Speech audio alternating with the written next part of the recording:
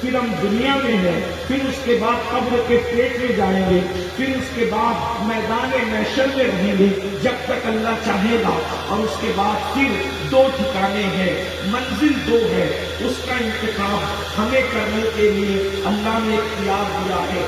آخرت کی دو منزل ہے، ہمارا سفر عالم ارواح سے شروع ہوتا ہے، بلکہ حقیقت تو یہ ہے کہ ہمارا سفر علم الہی سے شروع ہوتا ہے، اللہ اکبر، اور دو منزلیں ہیں اور چننا ہمیں ہے، اس لیے کہ انسان کو اللہ نے نہ جمادات کی طرح یعنی پتھر اور کنکروں کی طرح اللہ نے بالکل مجبور نہیں بنایا، اور اللہ نے نہ بالکل انسان کو مختار کل بنایا، بلکہ اللہ رب العزت نے جو ہے وہ انسان کو اختیار دیا، عقل دی، سوجھ بوجھ دی، اور دو منزلیں اس کے سامنے رکھ دی۔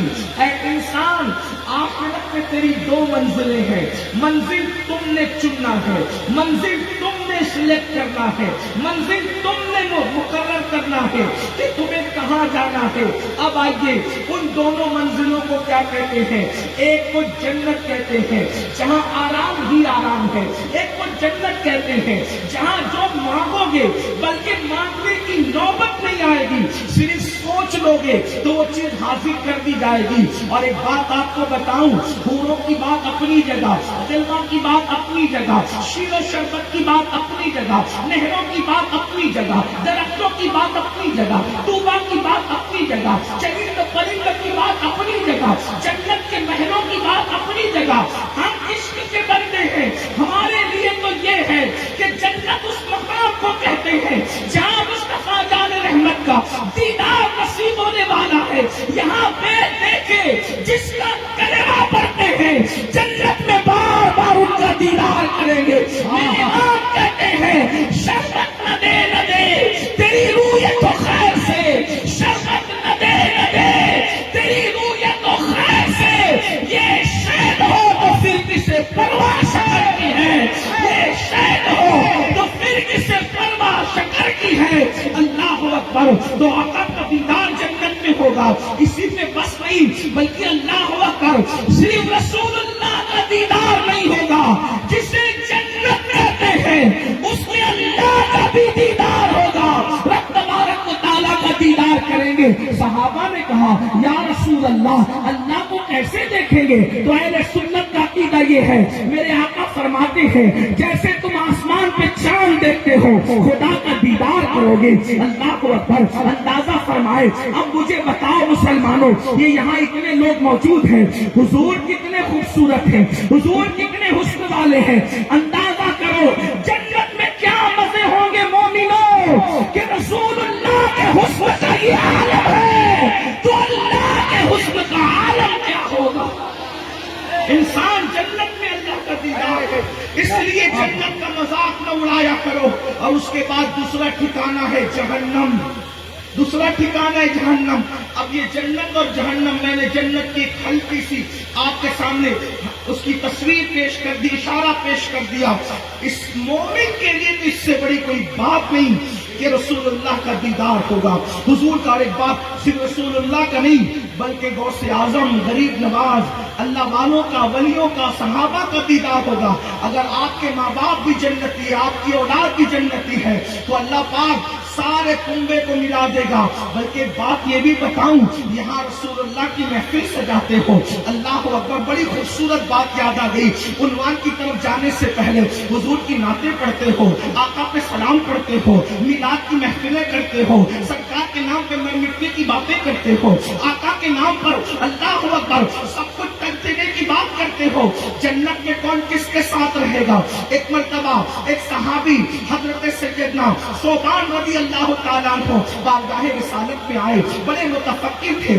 آقا نے پوچھا ثوبان، آخر مجھے فکر کس بات کی ہے؟ عرض کیا یا رسول اللہ صلی اللہ علیہ وآلہ وسلم، میں آپ کے بغیر رہ نہیں پاتا، آپ کے بغیر گھر جاتا ہوں تو بے چین ہوتا ہوں، گھر کی چار دیواری میں دل نہیں لگتا، بے قرار ہو جاتا ہوں، تڑپ جاتا ہوں۔ یا رسول اللہ، جب یہاں آپ کے بغیر نہیں رہ پاتا تو جنت میں آپ کہاں ہوں گے، ہم کہاں ہوں گے؟ تو میرے آقا، ہم آپ کے بغیر کیسے رہ سکتے کرتے ہیں. تو میرے کریم آقا نے فرمایا کیا تو مجھ سے محبت کرتا ہے؟ یا رسول اللہ محبت ہی کی وجہ سے تو آپ کے بغیر نہیں رہ سکتا. تو آقا فرماتے ہیں اے صوبان اگر تو مجھ سے محبت کرتا ہے المرء مع من احب، جو دنیا میں جس سے محبت کرے گا جنت میں اسی کے ساتھ رہے گا. ارے زندہ باد، نعرہ تکبیر، نعرہ رسالت. کتنی بڑی بات ہے کہ جو جس سے دنیا میں محبت کرے گا جنت میں اس کے ساتھ رہے گا. ایک منزل ہے جنت، اللہ اکبر، اس سے بڑھ کر ہمیں اور کیا چاہیے؟ اللہ اللہ. اور اس کے بعد دوسری منزل ہے جہنم. اب جہنم کا ذکر تھوڑا سا سنیں اور اس کے بعد سلیکٹ کرنا ہے کس کی طرف جانا ہے. اور ایک بات آپ کو بتاؤں، اللہ اکبر، جہنم کیا ہے میرے آقا علیہ السلام نے خود بیان فرمایا. یہاں پر لوگ بے فکری کی زندگی گزار رہے ہیں، غفلت کی زندگی گزار رہے ہیں، آزادی کی زندگی گزار رہے ہیں، من چاہی زندگی گزار رہے ہیں، من مانی زندگی گزار رہے ہیں. بڑی معذرت کے ساتھ یہاں ہزاروں کا مجمع ہے، اگر کسی کا ہاتھ اٹھایا جائے بتاؤ بھائیو کون کون عشاء پڑھ کر کے آیا ہے، یا اگر نہیں پڑھی ہے تو جانے کے بعد عشاء پڑھنے کا کس کا ارادہ ہے؟ کتنے ہاتھ اٹھیں گے آپ جانتے ہیں، لیکن ہاتھ اٹھاؤں گا نہیں ہاتھ، اس لیے کہ رسول اللہ کی امت کو یہاں ذلیل کرنے نہیں بلایا گیا. مسلمان کی عزت، مومن کی عزت کعبۃ اللہ سے افضل کر دی گئی ہے، مسلمان کی حرمت کعبۃ اللہ سے بڑھا دی گئی ہے. اس لیے ہاتھ اٹھا کر ذلیل نہیں کروانا، لیکن صرف اپنے آپ میں ڈوب کر سوچو. میرے آقا علیہ السلام کے پیارے دیوانوں بتاؤ تو صحیح، نماز نہ پڑھو اور اس کے بعد جنت کا خواب دیکھو. یہ علماء کرام میری پشت پر موجود ہے میرے بھائیوں. ہو سکتا ہے آپ سوچتے ہوں گے آخر یہ مولوی لوگ اتنا نماز پر زور کیوں دیتے ہیں؟ تو میں اپنے بھائیوں سے کہتا ہوں میرے بھائی مولوی کی کیا حیثیت ہے، ہم کیوں زور دیں؟ اس پر مولا نے زور دیا ہے. پورے قرآن میں کسی عبادت کا حکم 1 مرتبہ، کسی عبادت کا حکم 2 مرتبہ، کسی عبادت کا حکم 3 یا 4 مرتبہ، لیکن نماز ایسی عبادت ہے. یاد رکھنا، جملے پر توجہ کرنا. اپنے جوانوں سے میں کہتا ہوں، پھر کہہ رہا ہوں واللہ میں کوئی خطاب اور تقریر کے لیے آیا بھی نہیں، اور نہ میں کوئی باضابطہ خطیب ہوں، نہ میں کوئی خطابت کا فن جانتا ہوں. صرف ٹوٹا ہوا دل لے کر اپنی قوم کے جوانوں کے سامنے دل کا درد لے کر کے حاضر ہوا ہوں. اللہ والو اپنے آپ میں رحم کرو اور اپنے آپ میں رحم کر کے سوچو کہ اللہ رسول کا فرمان کیا ہے، اللہ اس کے رسول کے فرامین کیا ہے. پورے قرآن میں میرے اللہ نے کم و بیش 700 مرتبہ نماز پڑھنے کا حکم دیا، نماز قائم کرنے کا حکم دیا. اللہ جس عبادت کا حکم کم و بیش 700 مرتبہ دے، اس نماز سے کتنے غافل ہے؟ مسلمانوں کا 95% طبقہ یعنی 95% حصہ نماز نہیں پڑھتے. وہ نماز کے حوالے سے بالکل غافل ہے، اور وہ سوچتے ہیں کہ مولانا ہم نماز نہیں پڑھ کے بھی جنت میں چلے جائیں گے. یاد رکھنا میرا عقیدہ یہ ہے اللہ چاہے تو سب کو داخل کر دے، لیکن اس کا قانون بھی تو ہے، اس کا اعلان بھی تو ہے. قرآن کہتا ہے ان الابرار لفی نعیم وان الفجار لفی جحیم. قرآن کی عنایتوں کا کیا کرو گے؟ قرآن کہتا ہے نیکوں کے لیے جنت ہے اور فساق اور فجار یعنی پاپی اللہ کے نافرمانوں کے لیے جہنم ہے. تو عرض یہ کر رہا تھا، کوئی نماز چھوڑ رہا ہے، کوئی شراب پی رہا ہے، کوئی زنا کر رہا ہے، کوئی عورتوں پر پاپ کی نظر ڈال رہا ہے، کوئی سود کے حرام دھندے کر رہا ہے، کوئی بیوی پہ ظلم کر رہا ہے، کوئی بچیوں کو ماں کے پیٹ میں کاٹ کر کے کٹر کے اندر بہا رہا ہے، بیٹیوں کو پیدا ہونے نہیں دیا جا رہا ہے، اور جو بیٹیاں پیدا ہوتی ہیں ان پہ ظلم کیا جاتا ہے. بیٹے کو تو دن میں 4-4 5-5 بار چومتا ہے باپ، ماں بھی چومتی ہے، اور بیٹی کھڑی رہتی ہے جہالت کی وجہ سے، اللہ اکبر، دین سے دوری کی وجہ سے بیٹی کھڑی رہتی ہے. ماں اس کو بہت سمجھ کر نظر انداز کرتی ہے، ارے ہٹ چڑیل تو کہاں سے آ گئی. بیٹی پر ظلم ہوتا ہے. یعنی آج بھی تقیہ مثبت فکر مسلمانوں میں موجود ہے، کلمہ پڑھنے والوں میں موجود ہے. آپ بتاؤ یہ سب کر کے تم اب جہنم کما رہے ہو.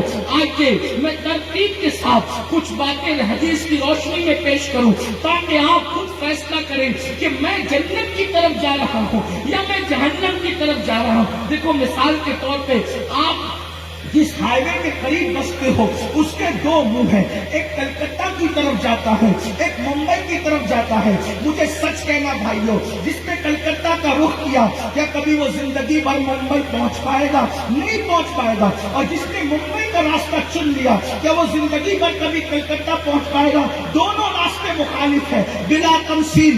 جنت کا راستہ بھی الگ ہے، جہنم کا راستہ بھی الگ ہے۔ راستہ اختیار کرو گے جہنم کا تو جنت میں کبھی نہیں پہنچ سکتے۔ اللہ اکبر! اس لیے راہ چل رہے ہو جہنم کی اور اس کے بعد تصور کرتے ہو کہ جنت میں پہنچ جائیں گے۔ یہ تو مرنے کے بعد جب آنکھ بند ہوگی تب ہماری دل کی آنکھیں کھلے گی، اس وقت انسان روئے گا، ہاتھ ملے گا، بل بلائے گا، بلکے گا، پچھتائے گا، لیکن اس وقت کا پچھتانا کام نہیں آئے گا۔ راتوں کی تنہائیوں میں گناہوں کے آشیاء میں تعمیر کرنے والوں، نرم نرم گدوں پہ لیٹ کر کے گناہوں کی فلمیں دیکھنے والوں، زنا کی فلمیں دیکھنے والوں، کانوں میں ایئر فون لگا کر کے پاپی گانے سننے والوں، دل کے کانوں سے سن دو۔ آج سے 1450 سال پہلے میرے اور تمہارے نبی نے فرمایا کہ جو اپنے کانوں سے گانوں کو سنے گا، گانے آج بہت زیادہ ترقی پر ہیں اور گانے آج بہت زیادہ شور شرابے پر ہیں، لیکن میرے غیب داں نبی نے، اللہ کے سچے نبی نے، خاتم النبی جن نے 1450 سال پہلے فرمایا تھا جو اپنے کانوں سے گانوں کی آواز کو سنے گا قیامت کے دن اس کے کانوں میں جہنم کی آگ کا سیسا پگھلا کر کے اس کے کانوں میں داخل کیا جائے گا۔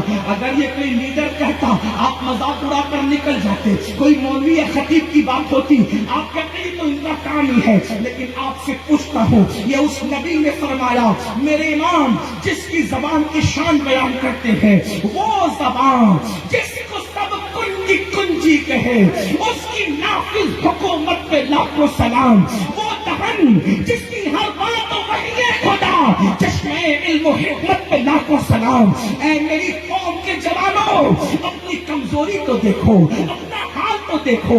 اگر گھر کے چولہے پر کوئی تیل گرم کیا جائے اور وہ کان میں پڑ جائے تو گھر کے چولہے پر گرم کیا ہوا تیل کیا ہمارا کان برداشت کر سکتا ہے؟ ہمارے کانوں میں اتنی طاقت ہے کہ ہمارا کان وہ تیل گرم تیل کو برداشت کر سکے؟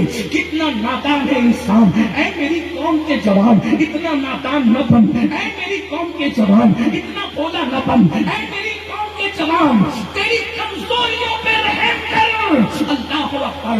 گھر کے چولہے پر تیل گرم کیا جائے تو تیرے کان برداشت نہ کر سکے، لیکن جہنم کی آگ پر جو سیسا پگھلایا جائے گا اور گانوں کو سننے کی وجہ سے جب وہ تیرے کانوں میں ڈالا جائے گا، میرے بھائی بتانا اس وقت تو کیسے برداشت کرے گا؟ اس وقت تجھے کون بچانے آئے گا؟ اس وقت تیری مدد کرنے کون آئے گا؟ قرآن کہتا ہے اِنَّ عَذَابَ رَبِّكَ لَوَاقِعٌ مَا لَهُ مِن دَافِعٍ۔ جب تیرے رب کا عذاب واقع ہوگا، بے شک تیرے رب کا عذاب واقع ہوگا، اور جب اللہ عذاب دے گا تو اللہ کے عذاب سے تجھے کوئی نہیں بچا سکتا۔